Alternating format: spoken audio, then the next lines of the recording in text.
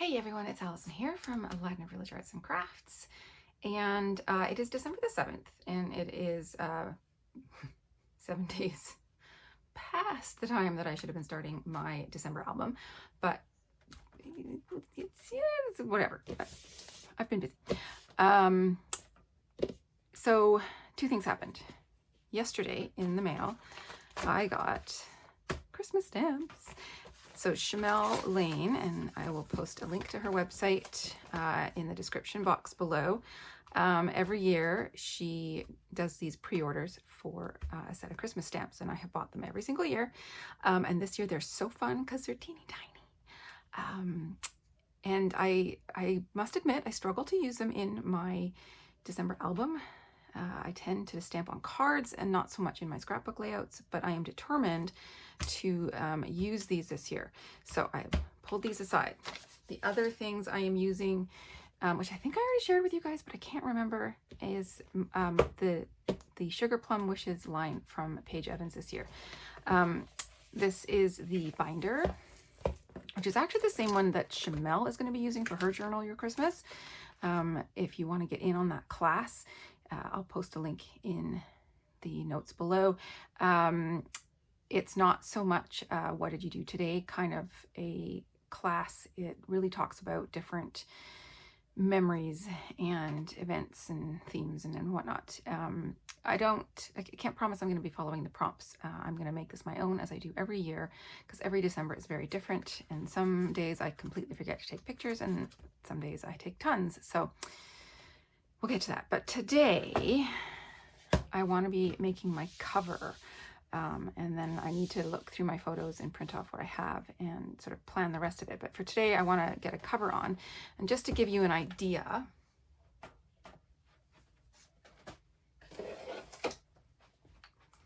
this was last year's December cover.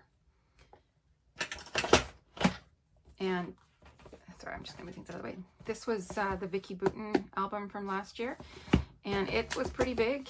Paige's is even bigger. So you can really load up this album with all sorts of pages and goodies and all kinds of things. But this is the type of thing that I like to do, is use some of the product that I'm going to be using in the album on the front cover to just introduce it to everybody what it is. I always use really strong glue on the front because this thing tends to get beaten up. So that was last year's, and then this was 2020. 2021 album is still not even started. So there we go. Yeah, so this was 2020. Very simple. This is a Simple Stories type album, and we have very similar ones in the store. I do love this particular size as well. So anyways, that gives you an idea of the type of thing that I'm going to be doing to this album. Now, the one drawback of this beautiful album is how patterned the front is. So putting things on top is going to be a little bit trickier. But let's go through what I have. I've got, I'll move my stamps out of the way. I've got one of each of her papers. I don't think they're in number order, but this is paper number 5. And that would actually be a really good option because it's very simple and I can layer things on top and you'll be able to see the date and everything. This is paper number 12, number 11. So her color scheme includes traditional green and red with pinks, purples, turquoises. This is paper number 10. Number 9. Number 8. I'm planning to use this as my daily numbers. So I will be cutting this one apart. So I might need to get a second sheet because that back is beautiful as well. This is number 7.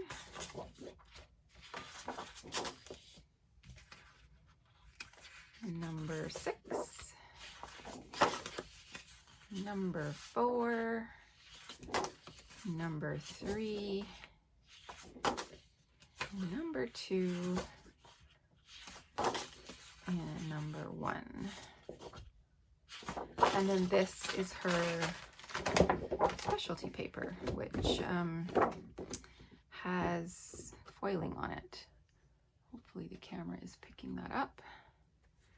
But the candy canes and the berries have like red foil on them. Okay, so those are the 12 by 12 papers. I also have the 6 by 8 paper pad. Now we are fully stocked on the 12 by 12 papers. However, we are sold out of the 6 by 8 paper pad already.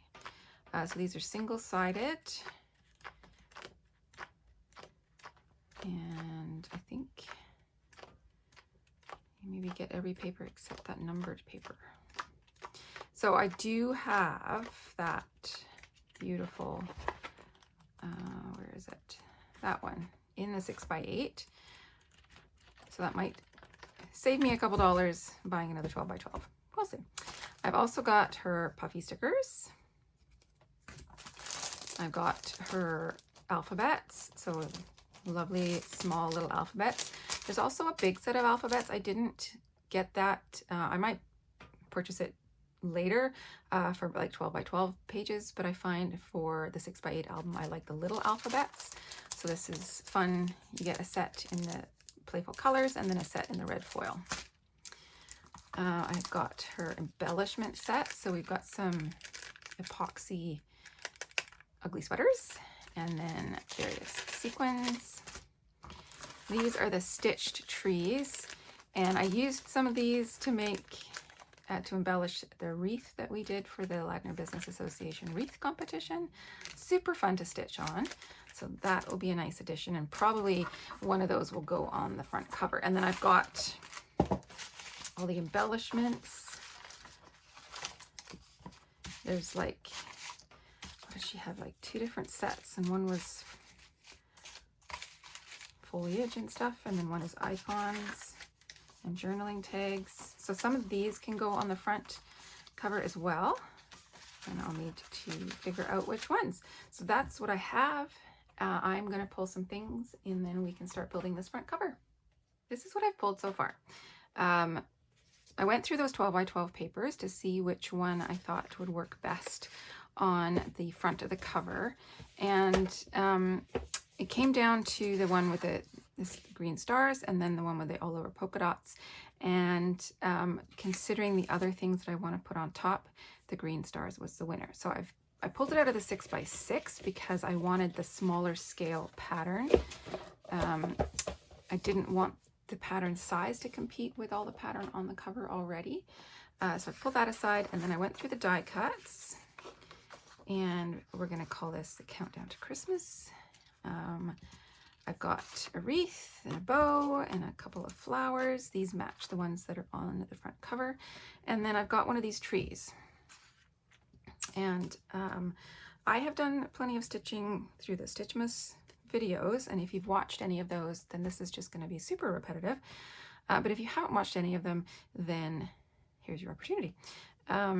This is how I stitch. So, whoops. The packet comes with its own needle and like all this embroidery floss. I'm not separating the threads. I'm just using them full strength. And I'm going to tape my thread to the back just to kind of keep it in place. And then I'm just going to do a simple sort of running stitch, and I'm actually going to be making my stitches bigger than the holes sort of tell you to. So I'm skipping a hole basically, and I actually put my tape over that hole. So let's re-poke the hole. And that I'm just following the stitch patterns, and this will give me my garland. So I'm going to sew red over this red garland, and then I'm going to go around the outside with the lime green, and that way it ties in to the paper in the background. Okay, so I am going to do all this stitching, and I will cut the lime green down to size. Oh, my plan did not work. Look at that. I'm going to have a short stitch in the corner. I think it'll be okay. So we'll just mimic it on this side.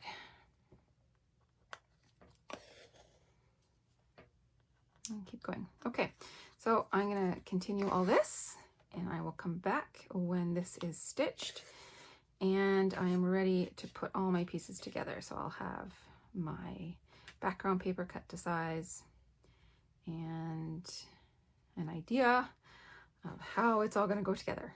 Okay, see you in a bit. Stitching is all done. I'll let you see that. Kind of fun, yeah. And then I've put pop dots on the back already. And then I sort of roughly planned where things are going to go. And I've cut this to 6 by 6. I think that's going to be okay. I might cut it down a tiny bit. I might make it like 5 by 6.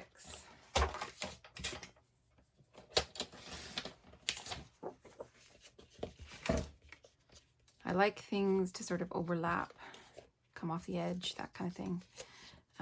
So yeah, just roughly throwing things back in there. Yeah, I think that'll work. Okay, so what I'm going to do actually is build it off this album, because it's just a little bit hard to build it on the album. And that one's going to go down first. We need lots of really strong double-sided tape on everything. And then whatever I can't put double-sided tape on, I will be using liquid glue.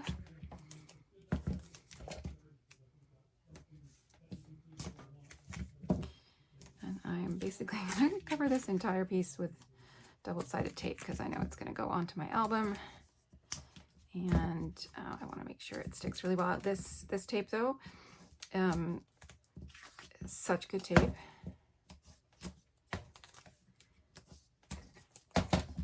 Your stuff is not going to move. Okay, so if we do this sort of a thing, we have my tree. I want things to overlap.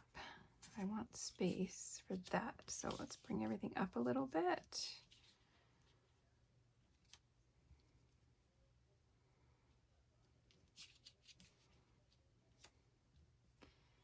And then we're going to tuck this wreath behind. There's this like red foil bow there, and then we can tuck the flowers in there.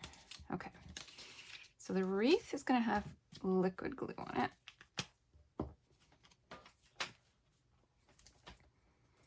And we're going to put quite a bit.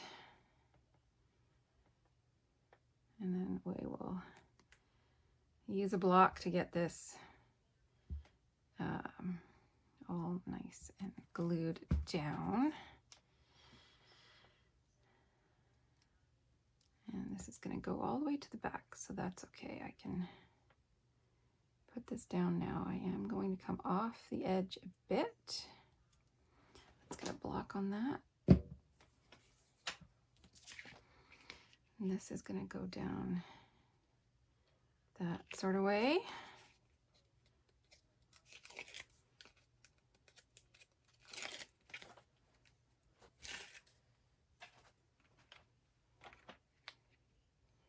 Once I have sort of a rough placement of where I want things, it does come together quite quickly. And that's going to get layered on top. I think I'm going to use a combination of liquid glue and pop dots on this one.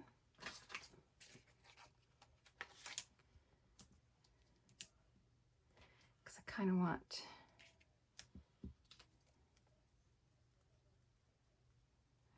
these guys to get popped up, but then I want my ribbon tails flat.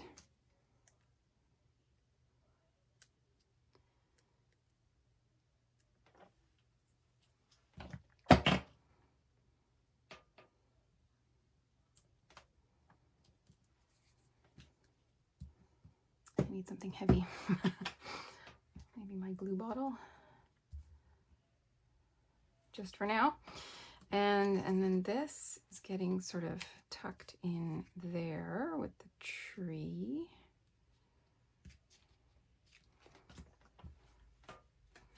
Actually, yeah, I'll use the liquid glue there as well.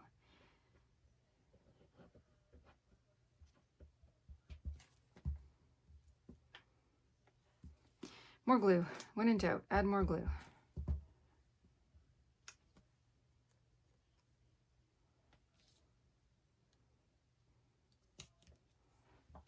And the tree is going to get popped there. And this one is going to come down here. So this one I think I'll put on last because it's going to be off the edge. So I'll need to make sure that I properly get that placed. So let's start peeling off the backings here. And while I'm doing this, I can talk to you about construction on the inside. So I started doing this sort of album, gosh, I don't even remember what year I started, 2008 maybe, and I was following Ali Edwards' December Daily. I pre-planned all my pages, like the design of them, not the content of them, and I basically told a story every day of what happened in that day. As my kids grew older, it sort of became harder to do that because our everyday activities weren't necessarily festive. I'm just gonna clean that glue off before I put things in it.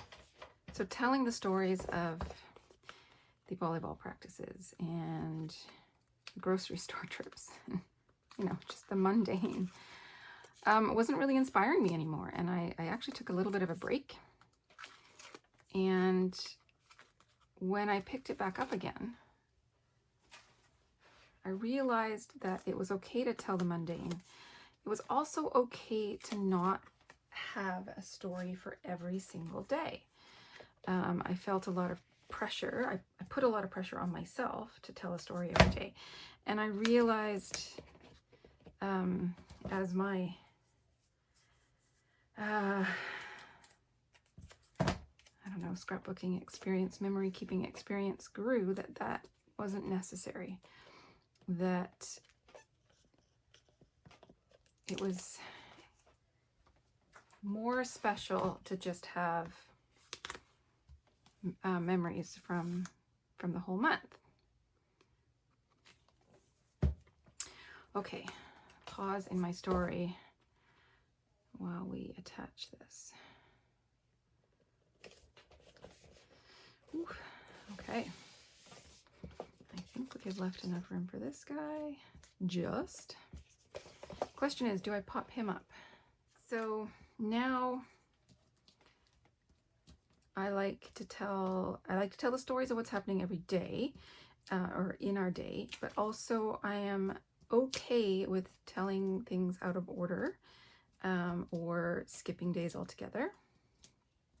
I probably should have used my strip foam adhesive. Probably been a lot more cost effective than this many pop dots, but I don't want this to move or bend. Anyways, so my plan now for this year in particular, because running a store, you know, some days I'm there from 8:30 in the morning till 9 o'clock at night. I don't necessarily, I see my kids briefly in the morning, briefly at night. I'm not having dinners with them. There's nothing sort of fun and festive planned. I've just covered up the 24 and 25, but I'm okay with that. I think people can figure that out. And also we're not necessarily doing things as a whole family anymore. My eldest daughter is away at university. She won't be back until December's almost done. And I am just going to embrace telling my stories. So I think that is totally okay. And if you are in a similar boat, consider this your permission slip to not make every sort of journal entry about something festive. So I am adding extra glue onto the backs of these purely because it's on my front cover. If this was going inside my album, these are plenty sticky enough, but because it's going to be on my front cover and it's going to get touched a lot and bumped a lot, I want to make sure these do not move, and it would be helpful if I put them on straight, right?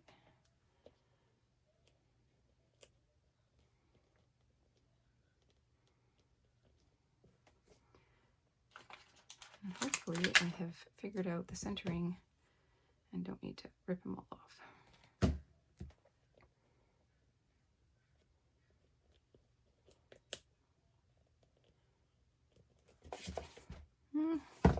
Pretty good. Okay, last thing. On the tree there are spots where you could do fancy stitch work, or you could go into your embellishment pack and glue on some sequins. And that's what I'm going to do. I think I'm going to use these big red ones. Or do I mix and match? Nope, I think I'm going to embrace this red foil on the front. I also want to add some of these.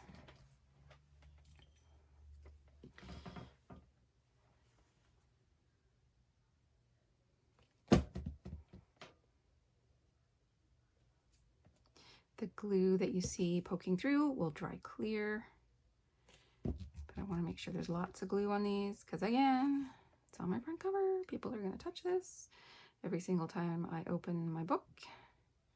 It will get bumped, so I don't want these falling off.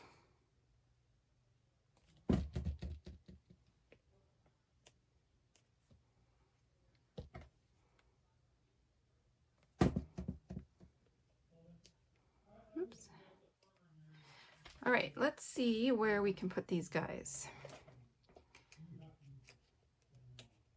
Add it in sort of there-ish.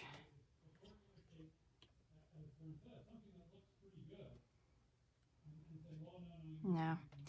Okay, I'm going to leave those off. And I'm going to call this done. All right.